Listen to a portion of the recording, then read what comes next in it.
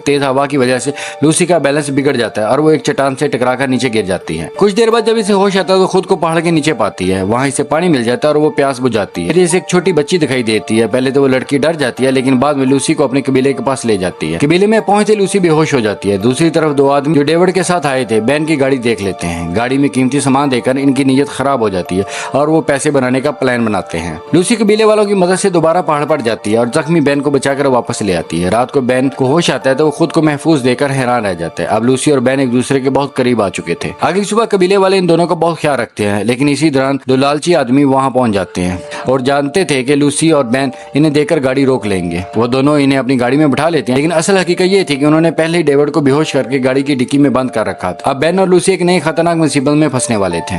फिर इनमें से एक आदमी बैन और लूसी से कहता है कि अगर वो चाहें तो इन्हें इनकी गाड़ी तक छोड़ सकते हैं ताकि वो अपनी गाड़ी निकाल कर वापस जा सके। ये सुनकर बैन और लूसी मान जाते हैं और इनके साथ चल पड़ते हैं। कुछ देर बाद वो इस जगह पहुंच जाते हैं जहाँ बैन की गाड़ी फंसी हुई थी, लेकिन जैसे ही बैन और लूसी गाड़ी से बाहर निकलते हैं वो दोनों आदमी अचानक इन पर बंदूक तान लेते हैं और घुटनों के बल बैठने का हुक्म देते हैं। असल में दोनों लालची आदमी इन्हें बेचने का प्लान बना चुके थे। थोड़ी देर बाद कुछ लोग वहां पहुंच जाते हैं और इन्हीं के साथ वो खरीदार भी आ जाता है जिससे इनका सौदा तय हुआ था। फिर वो गाड़ी की डिक्की खोलते हैं जहाँ डेविड बेहोश पड़ा था। यहाँ पता चलता है कि इन लोगों ने बैन और डेविड को बेचने का सौदा किया था। खरीदार बैन के जख्म पर जोर से मारता है जिससे वो दर्द से गिर जाता है। लूसी फौरन इसके पास भागती है, लेकिन खरीदार की नजर इस लूसी पर पड़ जाती है। वो लूसी को घूर कर कहता है कि इस लड़की के लिए ज्यादा पैसे देने को तैयार है, लेकिन वो दोनों आदमी कहते हैं कि लड़की इनके सौदे में शामिल नहीं है। फिर खरीदार लूसी को कपड़े उतारने का हुक्म देता है। ये सुनकर लूसी गुस्से में इसके मुंह पर थूक देती है। खरीदार गुस्से में आकर इसे गोली मारने ही वाला होता है कि अचानक आदमी फायर कर देता है। फिर वहाँ सब के दरमियान जबरदस्त फायरिंग शुरू हो जाती है। एक दूसरे पर गोलियां चलाते हुए तकरीबन सब मारे जाते हैं, लेकिन आखिर में सिर्फ खरीदार बचता है। अब वो लूसी को मारने ही वाला होता है कि अचानक बैन के हाथ एक गन लग जाती है और वो खरीदार को गोली मार देता है। इस तरह इतनी सारी मुश्किलों और खतरात के बाद